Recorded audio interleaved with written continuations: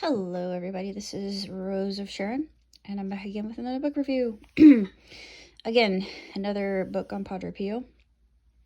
I've read on Padre before, but this book was entirely devoted to Padre Pio.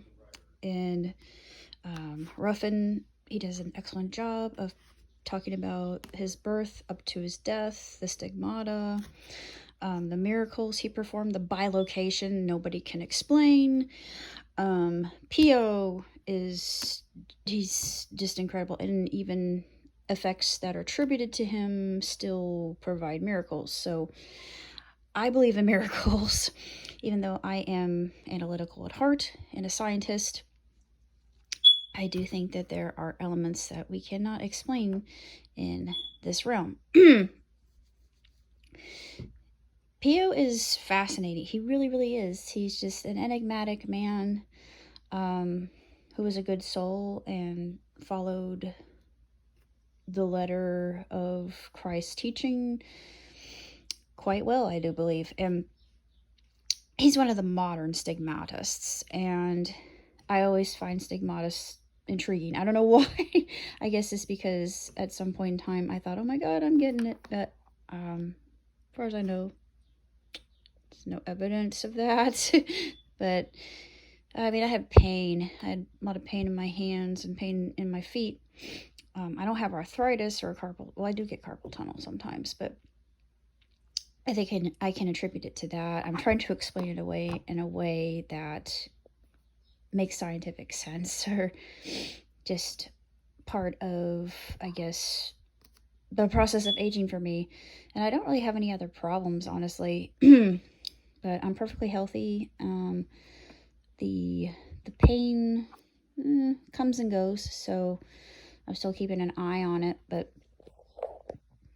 beyond that, I can't say that much else about the book itself. I had read about Pio before in powerful men of the saints, I should say, powerful men of the church. Of course, Pio is referenced in that book.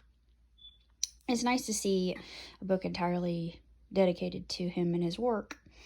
And of course, the thing that most stood out to me, other than the stigmata and the miracles attributed to him, was, of course, the bilocation. Nobody can explain this.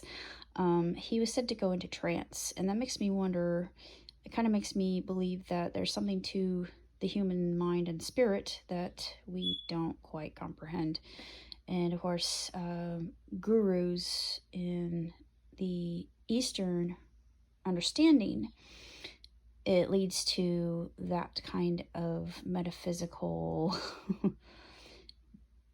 discourse that I love to get into, and really messes with my head. And I think, there's more to the mind than meets the eye. And this is true. But it's far too much to discuss in one video.